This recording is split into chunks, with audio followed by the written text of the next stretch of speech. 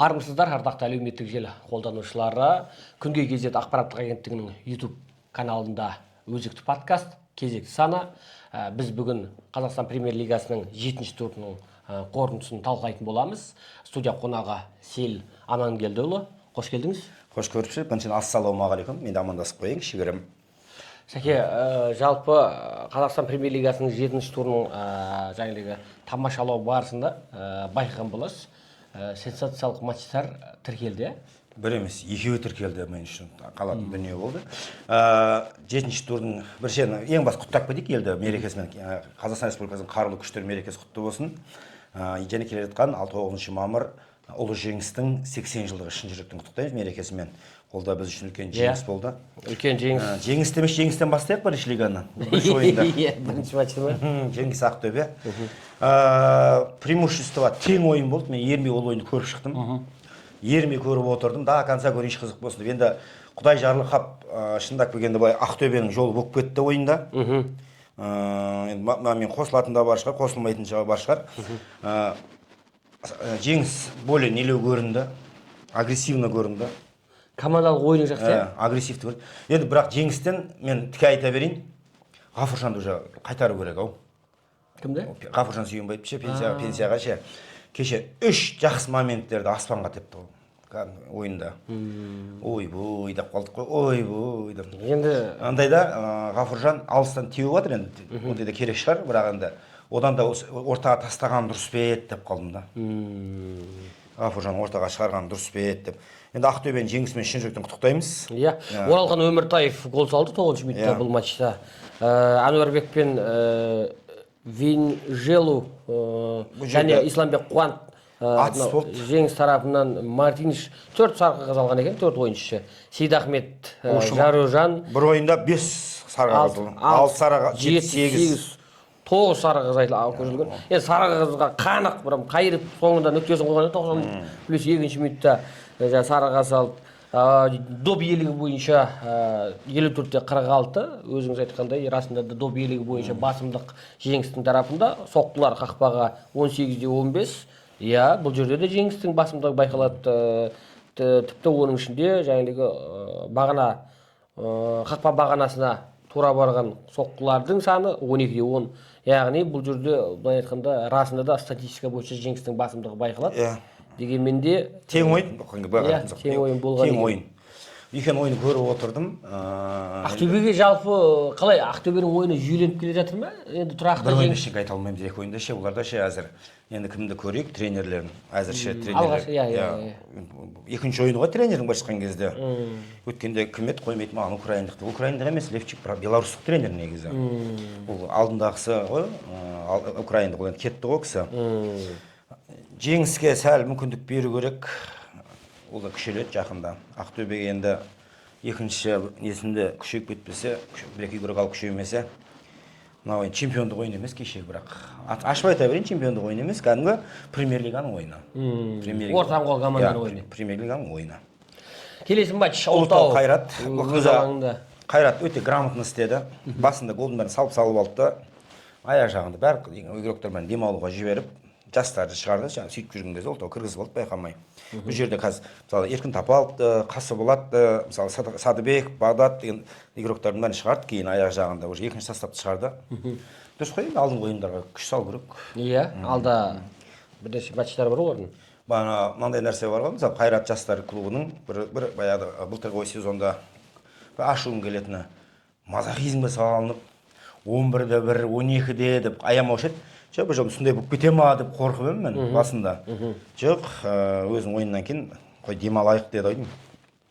Бұл матчта Дастан Сәтбаев дубль автор атаныпты. Мартинович, сонымен қатар Зария бір гол соқты. Жалпы Қайрат Бонанбаев бір сұхбатында кеше Қазақстан премьер-лигасындағы ең мықты легионерлердің бірі ол Зария мен Громыко деді. Осы ойымен келісесіз бе? Ойын бойынша, иә, келісе аламын.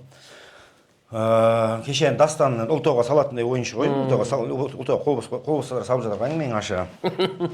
Ол кімнің қолы бос? Соның бәрі Ұлытауға гол сала ма? Иә, Ұлытау бір-ақ голмен жауап берген екен. Чалкин.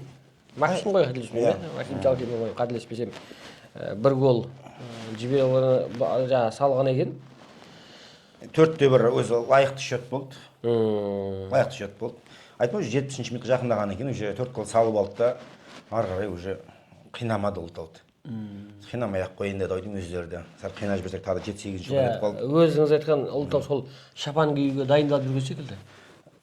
Главное кеп біткеніне қуанышты ғой. Иә, кімдер бар екенін көріп, Премьер-лигада бізде ойнағанбыз деп айтып жүруге.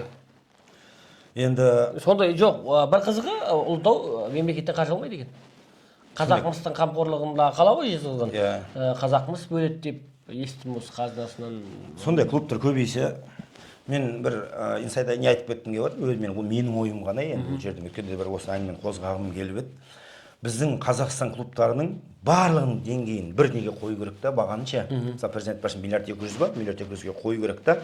Басқа ақшаны бөлдірмей, басқа ақшаны керек па спонсорлардан табыңдар деп, футболистердің айлықтарын, жастардың айлықтарын сәл төмендетіп, жастар, мысалы Белоруссия, Эстония, Латвия, Литва, мысалы, қандай елдер бар, Украина сияқты айлық көп төлей алмайтын елдерге кеткен дұрыс па деп ойлаймын. Олардың айналасында Европа ғой енді. Олар бәрібір европейский менталитет бар. Өсуге талпынуға да. Өткенде айттым ғой, тағы да айтамын. Біздің Қазақстанның біздің премьер-лига мықты болғанымен сборныйға күш жете алмай отырық қой. Бір шетіміз Өзбекстан, бір шетіміз Қырғызстан, кіммен таласамыз деген сияқты әңгіме ғой. Сондықтан мен Қайраттың ұрзағаны молодец, академиясы бір кеше анау кімнің осы инсайд рас па, мен интервьюде көріп қалдым, Асқар Пірмановтың үш ойыншымыз ойбай кетіп жатыр Қайратқа, ұстап қалайық деген. Кетсе кете берсін. Әркімнің өзінің мақсаты бар шығар алдында. Арман Пірмановтың ба? Иә. Мақсаты бар. Мен қайда басқа жаққа кетіп жатсам мен қуанамын, өйткені менің де балам мысалы Ордабасының академиясына жүрсе. Жоқ, бұл жерде оның түпкі ойы мынандай ғой. Егер Ордабасы балалар тәрбиеледі, ол кетпесін деп жатқан жоқ. Тәрбиелеп алып кетті, 15-16 жасына келген кезде су тегін кетіп жатыр дейді. Тым болмаса жалға беріп, сатып жатса, ол құба-құп қой. Яғни Ордабасыға мемлекеттік бюджеттен сіз пәленбай миллиард академиясына бөлесіз, иә. Сіз кадр дайындайсыз, маман футболшы. Сөйтесіз, тегін, су тегін беріп жібересіз. Сонда енді маркетинг, менеджмент жалпы өз Қазақстан клубтарының қайсында маркетинг бар өз? Қазір Қайраттан басқа ешкімде болмайды. Дейсің, ол нәрсе ғой. Ол жаққа бар маркетинг түсініп келген дұрыс жақты оларға барып. Енді ол жағын бүйтіп қарап тұрсаң, егер расында не то, что күллі әлем Барселона мен Реалға жұмыс істеп жатыр ғой, айтқанда. Сол сияқты сезін. Лицодан бір екі клуб ұстап отырсақ, бізге неміз кем? Ақыр өзіміз шамамыз келмей жатса, мысалы. Өтірік айтпай ақ қойшы, Ордабасы былтыр нешінші рет шықты Европаға осымен? Қайсын жартты? 10 рет шыққан шығар. Қайсын жартты? Ешқайсын жартқан жоқ. Бірақ сезон Лугадерс ойнаған жыл ғана есімде Гуя Мансур ойнайтын заманда. Үшінші кругта Алматыға ұшып кеткеніміз. Басқа екінші кругтың құдасы болдық қой, екінші кругта ұшып кете беретін болдық қой, екі-үштің айналасын жүре беретін болдық қой. Қайта бір плей-оффқа шығайықшы деп ниеттедім. Онда ойнадық қой, шығатын Қайратқа, Астанаға берген жақсы сияқты. Лучше лицо болып кетеді. Айтып жүресің біздің Ордабасы. Мынандай нәрсе бар да, мысалы маған ол нәрсені бас істесе, егер біздің клубтан, мысалы Ордабасын Қайратқа өтіп, Қайраттан мысалы неге өтіп кететін болса, мысалы европалық мықты клубқа сатылып кететін болса, бәрібір Ордабасы одан процентін алады. УЕФАның заңдылығы бар. 1 миллион евро беруге олар міндетті шыққан академиясынан. Жоқ, бұл жерде мынандай ғой. Ол үшін Ордабасымен келісімшарт болу керек арада, кәсіби. Сіз ертең қалай дәлелдейсіз? Ол 16 жасқа дейін оларда контракт болады ғой. Сөйлеп көріңізші, Бақтияр Зайнетовтің мысалы неге өткені үшін Тараздағы бір недегі клубқа ақша бөлінген. Жоқ, мынандай бұл жерде Таразға түсті. Қаражат неге өткені Бақтияр бір сезон маусым Премьер-лигада неге ойнады. Тараздың сапында ойнады. Сосын Астанаға ауысты, сосын Ростов, сосын ЦСКА, сосын Бешикташқа кеткен кезде Таразға түсті ол қаражат. 180 миллион ғой, қателеспесем, бір 10-12% түсті. Көрдіңіз ба? Таразбен кәсіби келісімшарт болған. Яғни Ордабасы осы жастардың барлығымен кәсіби келісімшартқа отырып қою керек. Ал ол үшін кемінде 150-200 мың теңге оларға айлық төлену керек ол балдарға. Кішігірім. Соны төлеуден бас тартатын Ордабасы бүйтіп мұхлев айтқысы келеді. Ол бүгінге шейін болып келген нәрсе. Қазір енді стипендиялар тағайындап әйтеуір үйретіп жатыр. Сөйтеді тағаны сол әйтеуір сол балдар бұлар мұхлев айтып жүрген кезде ішіндегі талантты балаларды қайрат әкеледі деп қояды. Немесе осы кешегі орынбасар Дәулет деген бала бізде енді маған келген ақпараттар бойынша Ордабасының академиясынан шыққан дейді, бірақ комментарийда біраз азаматтар оған қарсылық білдірді, ол дұрыс емес деп. Ол Үзжүшөр командасында ойнап жүріп, Өзжүшөр командасында ойнап жүріп, сосын Тұранға ауысқан деді. Күйші лигада Тұран ойнаған. Тұран оған тұрақты контракт ұсынбаған екен. Қанша жерден бала жанып тұрса да Тұран ұсынбаған, соның салдарынан оны қайрат көргенде сразу өзінің құрамына қосты.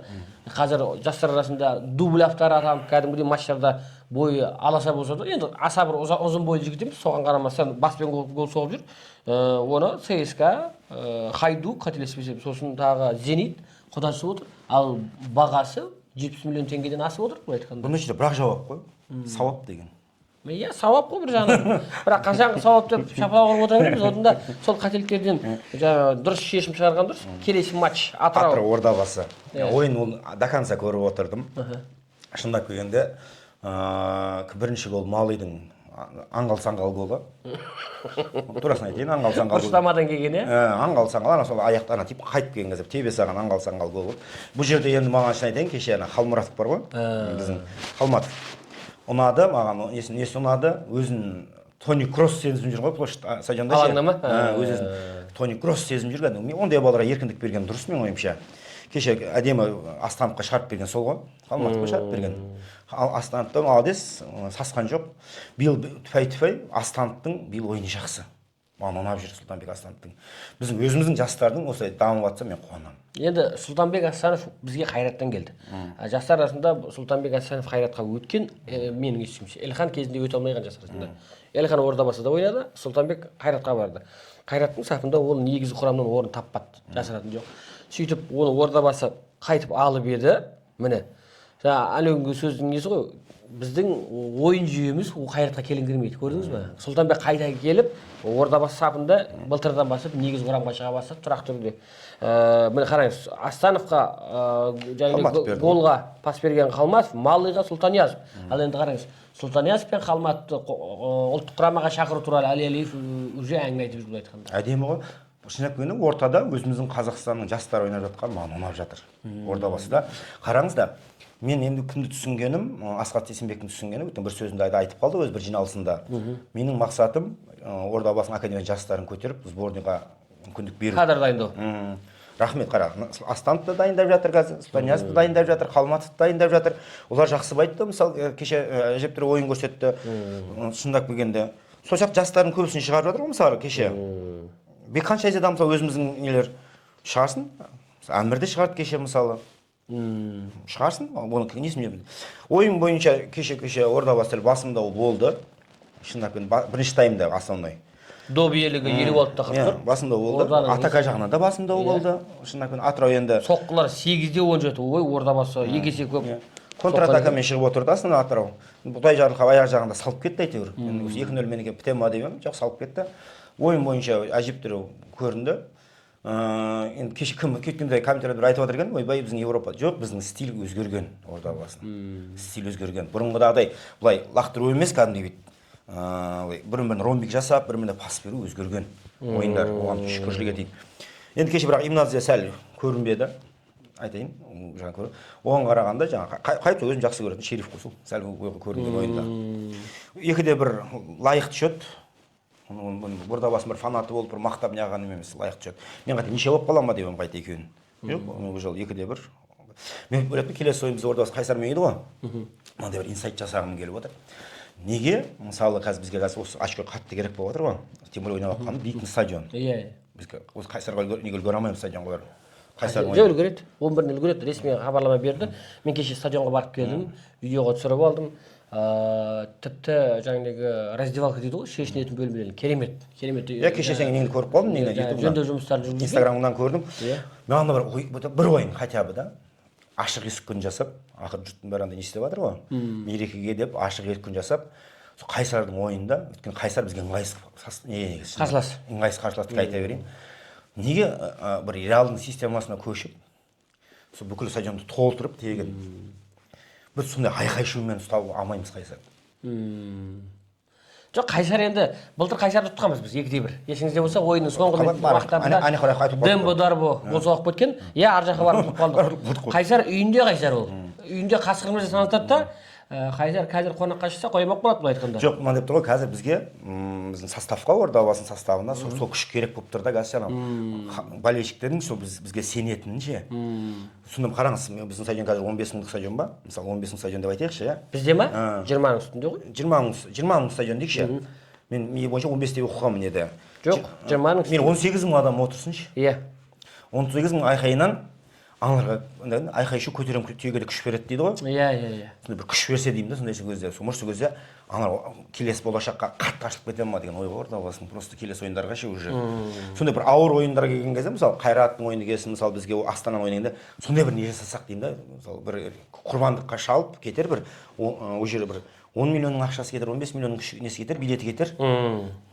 Бүкіл студенттер бар ма, не бар, бәрін жинап күш салсақ деген ой ғой менде, оны мен шешпеймін Ордабасының фан клубы. Енді иә, қала басшылығына бұл ұсынысты жеткізейік. Егер расында да енді жаңа стадион емес, енді жаңартылған стадион деп айтайықшы. Мына күрделі жөндеуден кейін стадионның әрі кіріп қалған, кәдімгі түргіріп қалған кәдімгі. Бірақ орындықтар сәл енді Түркістанның несіне ұқсайды екен да. Енді заманауи жаңағы орындықтар, сосын мынау кеше сол стадионның жаңағыдегі басшылығымен сөйлестім. Сол жерде қызметкерлермен асфальт төсеп жатыр. Жеңіл атлетика жаңағыдегі жолақтарын, иә, соған Азия чемпионатын қабылдасақ деп ниеттеніп жатыр. Өйткені сол заман талаптарына сай сондай бір тамаша спорт кешеніне айналып келе жатыр. Ол да енді қуантатын нәрсе. Келесі матчқа тоқталайық. Ол Жетісу лайықты екеуі бірін-біріне тең ойнады. Өйткені алдында неде айтқам, ол екеуі тең ойнайтындай ойын болады. Әркез 1-1 болар, 0. Неге? Тұран енді сондай бабында келіп, мен таңғалып отырмын мынаны, маған сенсация болып отыр. Жетісуды Тұран шайнап жейді деп ойлағам мен. Жоқ, кеше ойында ондай болған жоқ. Сол болмағаны маған қызық болып тұр. Не болып қалды Тұранға? Тұран білгенінен жаңылып жүр. Білмеймін ғой, іштерінде бірдеңке болып жатқанда шығар, мүмкін. Енді жалақы мәселесі бар ау оларда. Түсініксіз бірдеңке болып жатыр ау ішінде. Өйткені сенесің бе, кеше бірінші ойында мысалы өздерінің нелері, мысалы қазір жұлдыздар болып келіп жатыр ғой, мысалы Шабоз Омар кімдер бар ғой, олар шығармады. Айналып келгенде Қазақстан азаматтары шықты, оған қуанышты шығамыз, бірақ легионерлер 2-ақ шықты. Сөйтіп шығып көп шыққан жоқ. Жетісуда. Ал мынақта қара да, екі-ақ ойыншы Тұранда екі-ақ ойыншы не да, қазақстандықта қалған бір. Осы мен осыған түсінбеймін. Қара да, неге осы Тұранда екі елден ғана футболисттер основной? Өзбекстан мен Белоруссия. Енді кімді жасақтап отырған, Тұранды жаңа маусымға жасақтаған жасыратын жоқ, Ұлықбек Асанбаев. Ұлықбек Асанбаев ұлты өзбек, өз Қазақстанның азаматы болғанмен, сондықтан да екі жақты өте жақсы байланыс бар. Сосын Ұлықбек Асанбаевтың Беларусьмен де өте жақсы байланысы бар. Хусоновты Беларусь арқылы Францияға, сосын ағылшын жеріне ұшатқанын білетін шығарсыз. Міне осы тұрғыдан алғанда бұл жерде барлық сұраққа жауап табуға болады. Ұлықбек Асанбаев дегенмен де Тұранда қазір бір жеткілікті қаражат жоқ, бюджеті де бір әлсіз. Соған қарамай Асанбаев мінезді команда қалыптастырды. Сондай сияқты маған өткенде бір жерде инсайт оқып қалдым да. Кімге? Тұранға жарты жылдық қана бюджет бөлінген деп. Иә, мүмкін. Жарты жылдық қана бюджет, ол бюджет уже бізде білесің ғой, всегда асыра пайдаланып кетеміз. Сондай деп не қылды, естіттім мен. Бұл ойын бойынша екеуі кәдімгі атыс болды, бірін-бірін қолаумен болды. Мүмкіндік болмады. Келесі ойын Қайсар мен Астананы да көрдім. Енді Астана ренжімесін, ұят. Бір ойында 4 пенальти болды деген. 4 пенальти қойды ма? Бірінші Джефриге қойып берді. Енді ол таза пенальти. Шындап мен мойындаймын, таза пенальти болды. Оны бірақ Джефри саламады. Жақсыбаевтікі де таза пенальти болды. Одан кейін үшінші пенальти қойған кезде кімнің Астананың ойыншысының андай сияқты сөйтіп жатқан сияқты. Сен главный құлаш ішінде өзім алып қойып берейін деген сияқты. Қара да, екі защитник келе жатыр да. Нәтан Астананың шабуыл шықты да, екеуі жақында қарайды, аналарға қарай секірді анау. Екеуіне қарай атылды. Баядық болсын, Рабияның стилі болшы еді ғой. Иә. Тура сөйтті, аунап төсеміз пенальти бере салды. Бірінші пенальти депті, кім ойбай деді да, кімнің Қайсардың вратары алға шығып кетті деп, тағы пенальти берді. 4 пенальти болды. Пенальтидің ойындары болды. Бұл жерде тек қана Пенальти салған екен ғой. Мысалы 4 пенальти депті мысалы. 4 пенальти болды. Пенальтиден ойын болды тек қана. Астана ойын жағын не болғанымен, қанша атака істегенмен жолы болмады. Рахмет, кімнің баратары мықты екен. Мен сізді Қайсар енді Астананың үйінде тоқтады деген аса сенің кіреме бедім. Өткен айттым. Үлкен сенсация болыпты ғой кәдімгідей. Өткені Қайратты да тоқтатқан Қайсар. Ордабасында тоқтататын Қайсар. Атырауда тоқтататын Қайсар. Кумиков не деді? Кумиков біраз ашуланды ғой ойыннан кейін. Біраз эмоцияға беріліп артық әңгіме айтқан ғой деймін, қателеспесем. Судья бойынша. Төрешілік бойынша ма? Судья бойынша айтқан оны. Енді ойлап көрші, оңай емес қой, өзінің қақпасына қарай 3 пенальти қою. Бір ойында 2 қояды. Ана пенальтиде расында да бірінші қақпашыға шабуыл болды. Мен жаңа несін көріп қалдым, обзорын ше. Қақпашыға расында да шабуыл болды, бірақ соңғы қарамастан пенальти қойып жіберді ғой, иә? Вар не қарап отыр? Қою керек. Вардың іші тар деген бәді біреу. Вардың ішіндегілердің іші тар болып тұр ғой. Сол болды, веше. Енді добой диелігі бойынша статистикада 67-33, иә. Астана 27 соққы берген екен. Аспанға теуіп отыр ғой бәрі. Тек аспанға теуіп отыр. Қайсарда ал кімнің Камараның қанша шансы болды. Көз көрмей. Біреу былай тепті, біреу былай тепті. Қақпадан 3 метр жақын ұшты деген әңгіменің бәрге сол жерде болды ғой. Елімай өз үйінде оқ жетпіске сенсация оқ жетпеске. Енді Елімайдың ішінде не болып жатқанын білмеймін, бірақ кешегі ойында екеуі ойын бойынша да былай бойынша тең ойын болды, әңгіменің ашығында екеуінде тең ойын болды, бірақ просто оқ жетпесе көбінде повезло болып кетті. Турасын айтайын, повезло болып кетті. Енді екінші гол пенальтимен салынды ғой, өйткені қолына тиіп неғып кетті. Басқа ойындар. Бас нәтиже 2-0. Енді Ферапонтов бізді таңғалдырудан танар емес, былай айтқанда. Қаншер 2 деп бердіңіз осы команданың? Екі қаншер бар ғой. Оның бірі Қайсар, екінші оқ жетпес. Бұрын Тараз бар еді, басшы. Ол Қайсар ғой, әйтеуір ол үйінде әуфірімдеп жүріп. Ал мынау оқ жетпесің қонақта қан ішіп жатыр ғой. Ұпайдан қағып түсті ғой. Кім мойындап отыр, кім оқ жетпес, біз күтпеген ойын көрсетті, мойындап, біз бүгін әлсіздік таныттық деп Карпович. Андай ғой, соған қарағанда Елімайдың алдыңғы ойынынан жұлдыз тапқалдау. Алдыңғы 3-0-нен ше. Жұлдыз тапқалдау сәл. Бәлкім. Қақпақ Елімайды 2-1 ұтсақ та, 1-0 ұтсақ та, әйтеуір ұтып қайтсақ болды деген. Өткен алдындағы келесі ойыны кімге түсетінен кім болып тұр ғой. Соған байланысты болып тұр ғой енді. Келесі матч. Тобыл Қызылжарда көрдім. Ол ойында көрдім. Қызылжар Чуршич тоқтатыпты. Жұмасқалиев 2-1 есеп. Емесе Қызылжардың соңғы 2 ойын қатарынан Чуршичке келі жеңілістің тең ойынның не екенін білмей келе жатқан. Мен мынаған таң қалам ше. Енді Ордабасының академиясынан шыққан ойыншылар басқа клубқа барса ойнай алады ғой. Иә. Неға осы біздің легионер, бізден шыққан легионер басқа клубқа қатты ойнап кетеді. Браганы айтасың ба? Виктор Брага бойынша жалпы білмеймін, Ордабасының содан басшылығын жіберіп қойдың өзі қателік болды. Жалпы Брага мықты ойыншы, мақтарал сапында да жақсы ойнады, жетісуда да мықты ойнады. Орталықтың несі король десек те болады, орталық қаланың. Сондықтан да бұл жерде білмеймін. Бұл Виктор Брага былтырда қатты ойнап кеткен. Иә, былтырда жақсы ойнады. Былтырда қатты ойнаған. Біз анау чемпион болатын жылда осы Браганы қайтарсақ қайтеді деген сөздер болған, өйткені ол жақсы сол кезде Мақтаралдың сапында жақсы өнер көрсетіп жүрген. Сондықтан бұл жерде футбол функционалінің Ордабасының. Енді шын айтайын, Тобылдың стадионы кеше өзінің стадионда ойнады ғой. Жабық стадион бет кеше ойнағаны. Манеж ма? Манеж. Кеше манежде ойнамады ғой бұлар. Бұлар кеше ашық ойнады, мен кеше ойында. Ашық алаңға шықты ма? Кеше ойнады. Манеж біраз командаға қиындық туғызады на манеж. Қараңызшы, олардың да газоны искусственный. Искусственный, иә. Төбесі жабық. Қысатын, ауа қысады бәрібір ше. Қысады оның ішінде. Тобыл өзінің үйінде көп не ше болмаса. Енді таблицаға келетін болсақ, кішкене Қайраттан мүмкіндік чемпиондыққа айттым ғой. Екінші неге қарайтын сияқты Қайрат пен Астана ше. Екінші айналымға мен қоса екі әлі кездеспеді, по-моему, екеуін әлі. Екеуін кездесуіне қарап тұрған сияқты бұл ойын. Қайрат 20 ұпаймен 8 ойында жинап, Астана 8 ойында 18 ұпай жинап, екінші орынға келеді. Енді неше алып келіп отырады, кеше Қайсар қой тоқтатып қойған мұны. Иә, Ақтөбе 16 ұпаймен 3-ші орынды үздік үштікті тәмамдап тұр. Бұл айтқанда Тобыл 14 ұпайда, Елімайда 13, оқ жетпес, Ордабасыға дес беремес. 11 ұпаймен екеуі 6 мен 7-ші орындарды бөлісіп тұр. Қызылжар, Қайсар аутсайдерлер аймағынан шықты. 4 ұпаймен Жетісу екеуі Өз 4-еу ғой таласатын. Иә. Атырау мен Ұлытау Атырау биыл шатты білесіз бе? Атырау ша қоймайды ау. Ша менің ойымша сол или Жетісу кетіп қалуы мүмкін. Жетісу кетіп қалуы мүмкін. Қайсар да ұшпайды, ол Қайсар өзінің стилін біледі. Ол әдемілеп бір 9-дық 10-дыққа кіріп алады да, демей өзі басқа халықтардың қаншып отыратын не ол. Енді уақыт ұстамай келесіне өтсек, келесі календарға. Иә. Мен жеңіс Қайрат таза жеңіс болады. Иә, ол енді ол жерде сұрағы жоқ. Қызылжар Ұлытау. Қызылжар Ұлытау. Өз үйінде Қызылжар ойнайды екен. Меніңше Қызылжар ұтады. 1-0, 2-0. Енді Ұлытауда бере қоймас.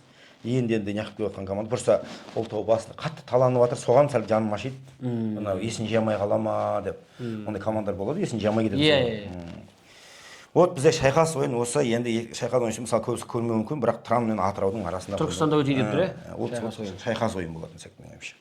Келесіне де. Енді Тұран алады, менің ойымша. Тұран ұту керек өзінің полисында. Өзінің полисында енді ұтпаса ұяты мынау енді ойына. Атыраудың болельщиктері ренжімес. Иә. Астана Тобылда шайқас ойын болады бұл жерде. Енді 12-ші ойынша кірісіп кетпесе. Басқа түсті жейдедегі ма? Сары киіп алатын ше. Сары, қызыл. Солар неғып кетпесе. Бұл ендігі аптаның ойындар қызық болады. Астана ұтады деп ойлап отырсыз ба бұл матчта? Жаңағы ғой. 2 пенальти, 3 пенальти өтпесе қойсың. Тең түсуде мүмкін. Тең түссе, уже Қайрат алға қарай шығып кетеді. Байқайсың ба, биылғы чемпионаттар болсын, былтырғы чемпионаттарда маған ұнап жүргені, бұрынғыдағыдай уже 4-ші, 5-ші, 6-ші, 7-ші турларда уже алға 4-5 ашық кетіп қалатын командалар жоқ қазір. Оның себебін айтайын ба? Кеше осы бойынша біз анау Астанада федерацияның пресс-конференциясына барған кезде осы кестені түзетін азамат, өйткені оларға да біраз сын айтылды. Неге? Өйткені дегеннен Премьер-лиганың бірінші турынан ақ алпауыттар фавориті бір-біріне қарсы ойнап қалды. Орда басында сүреңсіз 4 турдан кейін Қайсар да кімде сөйтті. Омақаласып құлағанның салдары да сол. Себебі де сол. Неге десеңіз, Арт бар деді, Ақтөбемен бір ойнады. Бірінші Ақтөбемен неше болып келді. Бартта Қайрат алды, шыңғыртып тастады, 4-0 өтеді. Одан кейін барды Астанаға келіп тірелді. Астанамен рахмет қайта 2-де ұтылсақ та ойын көрсете алдық уже. Шындап келгенде біздің ойын көрсету стилі жайлап уже Астанадан кейін басталды. Жоқ, мынандай ғой, осыған қатысты біраз сын айтылды, турнир кестесіне бас. Бұрындары расында мықтылар мен аутсайдерлер бірінші түсіп қалатында, сосын мықты командалар фавориттер форма жинап алады дейді. 2-3 турда аутсайдерлермен ойнап, сосын жаймен шарықтау шыңына шыққан кезде бір-бірімен соқ. Бірақ бұлардың шарықтау шыңы Евро маусымының басталатын кезеңге келіп қалады да. Көрдіңіз ба? Әдемі ғой. Иә, жоқ, оның несі әдемі? Бұлар бір-бірімен қақтығысып жатқан кезде сіз іріктеу матчына келесіз. Яғни сізде ротация да жоқ. Білесіз ғой, бұларда екі құрам жоқ ешбірінде. Сондықтан осы жерде проблема болады дейтін. Енді біз дегеннен ешкімнің абыройына, атақ несіне қарамаймыз. Премьер-лиганы салып жібереміз. Жаңағы соғыр жеребеге. Сөйтеміз дағыны. Керісінше қазір мысалы үшін Ордабасы қақтығысып алды ма біразмен бірінші турдан кейін бірінші кезеңде міне жазғы жаңағы Евро маусым басталатын кезде біріншіден ондай мықты командалармен кездесу болмайды. Екіншіден жаңағы окошкалар жақсы пайда болады да. Осындай бір ерекшелік болады. Сосын бұрынғыдай жаңағы фавориттер ашқаларын жинап алып баса басып кетіп қалмайды дейді. Енді қараңыз, астында қазір орысшалап айтқанда Вроле Догоняющий Ордабасы келе жатыр ғой, дұрыс па? Ал қалған үшеуі жаймен өз ұпайларын шашауынан шаң шығармай былай айтқанда жинап алды. Енді қызықтың көгесі көн енді болады. Енді Астана, Қайрат сияқты өзі бірімен енді қырылып жатыр. Мысалы Астана Тобыл уже соғыстың бастамасы. Иә. Ол жеңісіңді оңайлықпен бере қоймайды. Жеңіс әлі қосылады деп ойлаймын. Бірақ жеңістен гөрі маған қызыл Оқжетпес ұнап келеді. Өйткені Оқжетпес нәтиже беріп жатыр. Жеңістегі әзір тек қана ойын бар. Ол осы ойынмен Елімайға ұтылып қалды олар.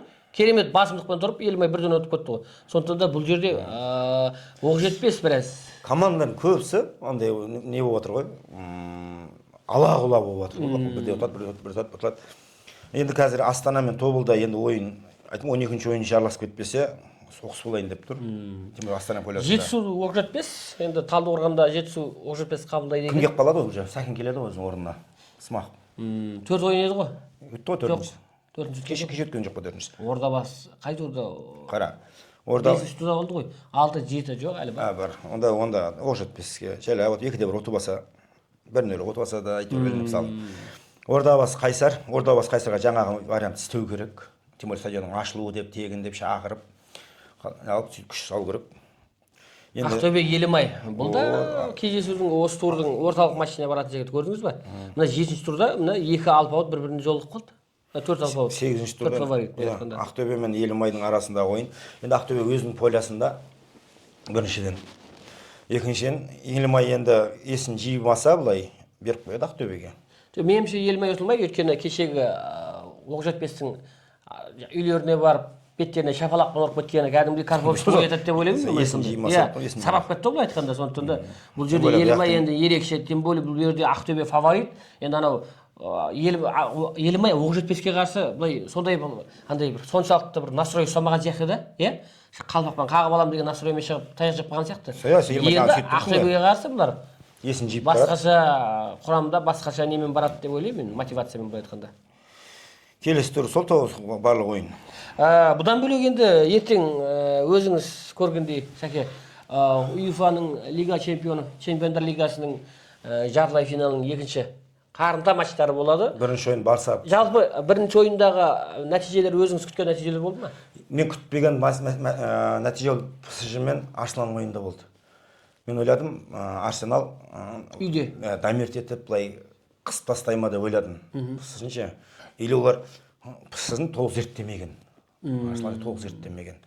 Немесе алдыңғы Реалдың ойыннан кейін бұлар неғып қалған. Шайлап қалған ба? Жоқ, шашап қалған. Қара да, ол алдында енді қара чемпиондықты беріп қойды. Біріншіден чемпиондықты беріп қойды, кубокты беріп қойды. Енді Арсеналға PSG-ға келген кезде неғып қалды өз-өзін сәл. Или Реал құсап не шығып кетеміз деп ойладым ма? Меніңше биылғы Чемпиондар лигасының биылғы чемпионы PSG. Мен Арсеналды өте алмайды деп ойлаған жоқпын, себебі Хвича Кварацхелия, грузиндық футболшы, біз Астон Вилламен ойнадық, бұған дейін Ливерпуль ойнадық, сондықтан да біз ағылшын футболын жақсы зерттеп алдық деді. Сосын Ливерпульді ұтқаннан кейін Ливерпульдің бас бапкері Арне Слот айтты, қиын қарсылас. Қиын қарсылас болғанда біз топтық кезеңде небір мықтылармен, тіпті Реалмен де ойнадық, бірақ мынандай бізге қысым көрсеткен команда болған жоқ деді. Яғни оларда шапшаңдық ойын, динамикасы, тездік, шабуылда прям прогресс қойған.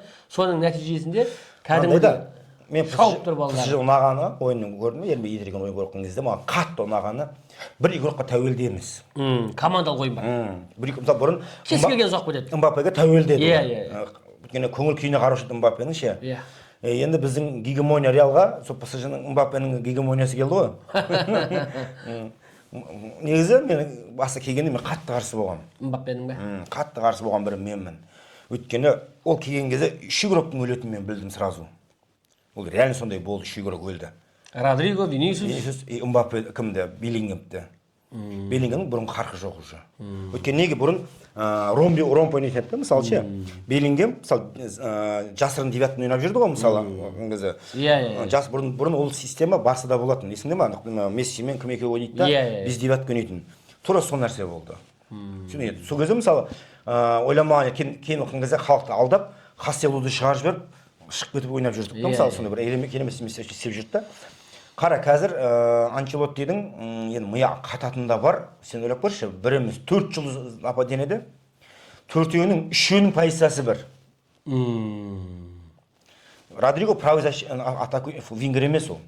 Ол левый вингер керек негізінде. Көп голдарын қарасаң, ол былай оң жақтан солға шығып барып деп еді. Тағы Винисиус тұр, левый вингер. Мбаппең де левый вингер. Мен де болса миым қатып кетер еді. Миым қатып кетер еді әңгіменің асы. Сол бір-бірін жеп жатыр дейсіз ғой орында. Қараңыз, қазір PSG-да пространство бар. Дембеле қалаған позициясын ойнайды. Левыйда Кварацхелия. Мысалы, Дуе жасырын не? Десятка. Любой моментте түйіп кете салады. Әдемі қойылған. Дуеңіз дүркіреп тұрған ойыншы ғой кәдімгідей, иә? Мен кеше барлығы тәнті болып отыр. Инсайт оқыдым да, сенесің бе? Инсайт оқыдым кеше. PSG-да ең аз айлығатын Дуе екен. $50,000 екен. Жастар құрамынан келді ғой. Оны басында алмай менсінбеген екен деген. Қараңыз, келді да, талай игроктың орнына қуышып шықты ғой. Иә. Ал мынау Барселона Интер матчында мен енді Мен ойлағам, бұл биылғы жылдың финалында Барселона мен ПСЖ-ны көреміз деп.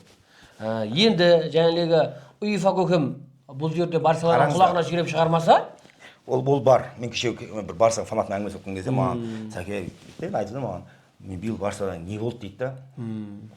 Ойыны мықты ғой дейді да, бірақ мен айттым, Барса мен ПСЖ ойнайды дедім да финалда. Неге дейді?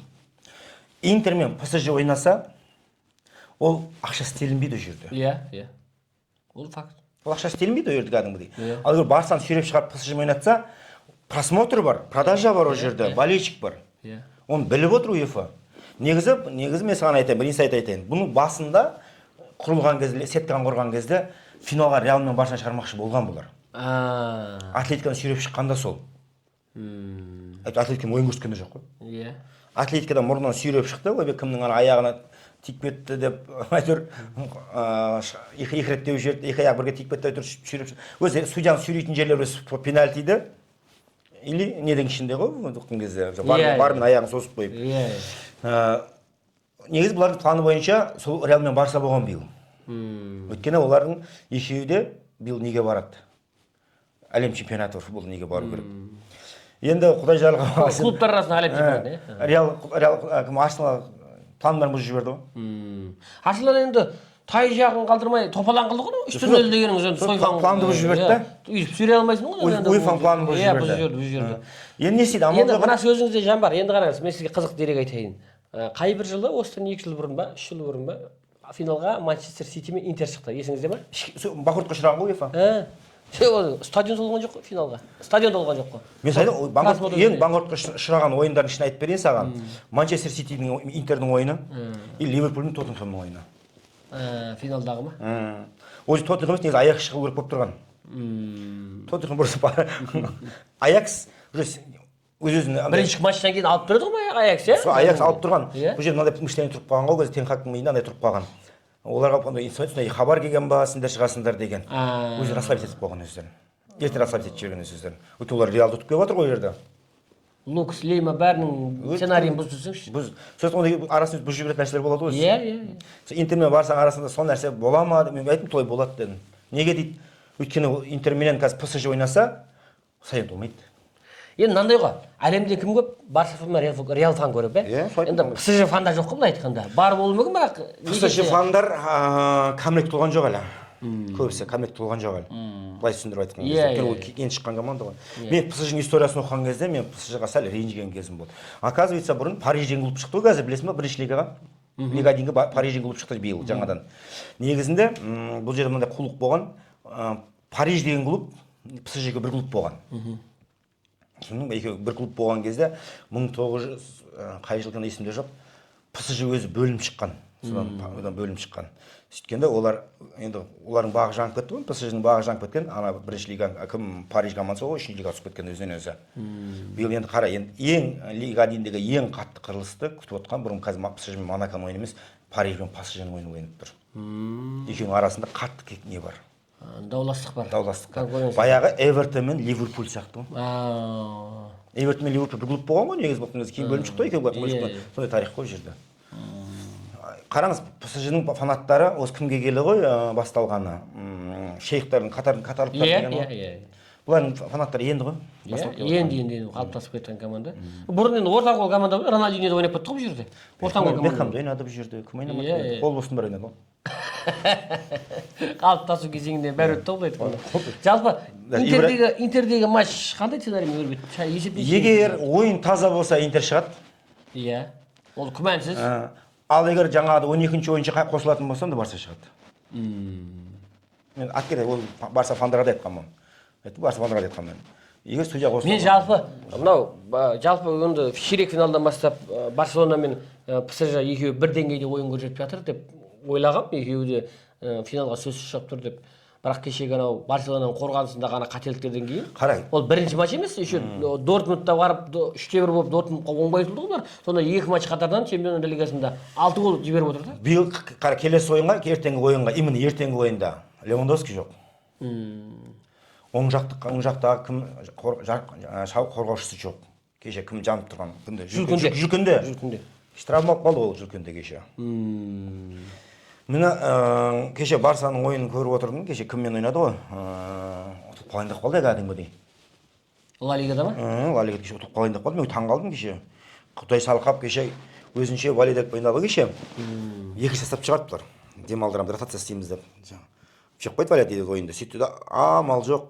Кімдерді шығарды ғой? Рафиняларды, Ямалдарды шығарды. Бірақ сол ойын көп ойында байқап жүргенім кім сияқты Ольма 90 минутқа лайық игрок емес сияқты маған. Педри Гави сияқты ма? Ольма ондай ойын емес сияқты, ойыншы емес сияқты. Ол жаңағыдай ғой тура. Ол үшін ол тұрақты түрде ойнау керек 90 минут. Енді оны қосалқы құрамына шығарып жатыр. Бәлкім жаттығуда енді расында да бір ашық мәселесі. Мүмкін өзі сондай игрок шығар. Ондай игроктар болады, тек қана өзі анау сондай неден шығады. 20-30 минут жаратын. Шығады, ташылап кететін. Баяғы сіз айтады, Сәтбаев көтінен теуіп ашуландырып 30 минут тастай салу керек. Сол сияқты ғой. Енді сол нәрсе болады. Егер УЕФА-ға ақша керек болса, Барсаны шығарады. Қырылдырады от души. Ақша кімге керек емес, тек жақты ойнайды ғой. Бәріне керек. Ал егер Интер таза ойнаса, Интер шығады. Жарайды, енді бұл матчтар бізге былай айтқанда белгілі болып тұр ғой. Көрермен егер де бізбен келісетін болса, келіспейтін болса да, астында комментарийда пікір қалдырса болады. Мен бір андай бұл жаңалық атып келіп отырмын, Арай. Иә. Қызық болсын. Осы көрерменнің арасында мен енді сені қатты сыйлаймын ғой. Мен қазір осы Шымкент қаласы бойынша Түркияның Sarabi Travel компаниясы бар. Қазір Қазақстан азаматтар Түркияға апарып демалдырып келіп жатқан. Осы уақытқа дейін Қазақстаннан бірнеше мың адам бар демалып қалды. Жақында мен де сол Түркияға наурыз айында 50 адам болып барып демалып қайттым, апарып алып қайттым. Мен бірге барып қайтты барлығы. Ол жерде бүйтейікші, егер осы бүгінгі қаралым, 5000 қаралым жинаса. 5000 қаралым жинаса, және комментарияның астында ең көп лайк жинаған комментарийді мен осы Sarabi Travel компаниясының атынан, осы Шымкент өкілеттілігінің атынан 2 адамдық Түркияға Анталия, Памуккале, Каппадокия қалаларына 2 адамдық бір жолдама менің атымнан сыйласам. Бәрекелді. Мынау енді күтілмеген. Дәл көз алдарыңызда берейін. Міне Арайға беріп қоям. Егер мен шақырылмайға кейін басқа келген жағдайда, міне Арай ваучер тұр, міне Анталия, Памуккале, Каппадокия қалалары көрсетіп кетейін. Міне Арай осы Sarabi Travel атынан. Тамаша. Ой, мынау бір күтілмеген керемет жаңалық болды, тосын сый. Сондықтан комментарияны аямай жаза берсін. Иә. Құрметті көрермен, құрметті әлеуметтік желідегі достар. Осы подкастқа ойнатамыз ба? Әлде бір 5 подкаст күтпедік пе бір нені? Осы подкасттан бастайық. Екінші мәселеде айтайын енді. Қазақстан чемпионатында комментарий жазып, нақты 3 ойынның шотын бірінші тапқан адамға, нақты, любой бір, бізде қанша ойын, 8 ойын ба? Жоқ, 7 ойын. Сол 7 ойынның ішінде 3 ойынның нақты шотын тапқан адамға, екінші жолдама менің атымнан. Бәрекелді. Қалай кетті? Тамаша, құрметті. Ой, мынау енді керемет кетті, бұл енді прям тосын сый болды кәдімгідей. Аямай шотты жазсын астына комментарийға. Бұл да 2 адамдық жолдама. 4 адам қойып тұр ол жерде. Тамаша. Аямай жазсын комментарияны. Келесі 8-ші турдағы. Егер 3 ойынның шотын нақты тапса болды бірінші. Любой ойынның 3 шотын тапса болды. Егер табылмай ма, келесі неге қалады? Иә, келесі подкастқа қалады. Сондықтан құрметті көрермен, құрметті әлеуметтік желідегі достар, егер де сіздер расында да солай тауып жатсаңыздар, мына жолдаманы біз қосымша сіздерге комментарийді қарап отырамыз, және де жауап беріп, байланысқа шығамыз. Егер де расында да осындай бір неге қолға жеткізіп жатсаңыздар, расында да сәуегейліктеріңіз біздікінен қарағанда мықтырақ болып есепті нақты тауып жатсаңыздар, міндетті түрде жазыңыздар, комментарийда қалдырыңыздар. Енді Сәке, соңғы бір матч, енді футзалға өтейік, өйткені өзіңіз білесіз. Ой, түннен ұйқы бермеген, жүректі ауыртқан ойын болды ол. Жалпы Қайрат футзал клубы Еуропаны енді неше мәрте шаңғытқан клуб қой. Кеше бізге финалға шығып тұр. Бізге келген кешегі испанский стиль болмайтын сияқты бізге. Біз сол баяғы бразильский стиль ойнай бергеніміз дұрыс аудап қалдық. Футзалды ма? Біз енді испанский тренер ғой, енді кеше қойған. Сосын екінші Игитаның жоқтығы кәдімгідей қатты білінді Жаңғабатта. Кешені вратарын, жамандамаймын вратарын. Вратлар сәл әлсіздеу. Денис па? Денис, әлсіздеу, мықты деп айтамайым. Енді қаяқтың вратары екенін білмеймін.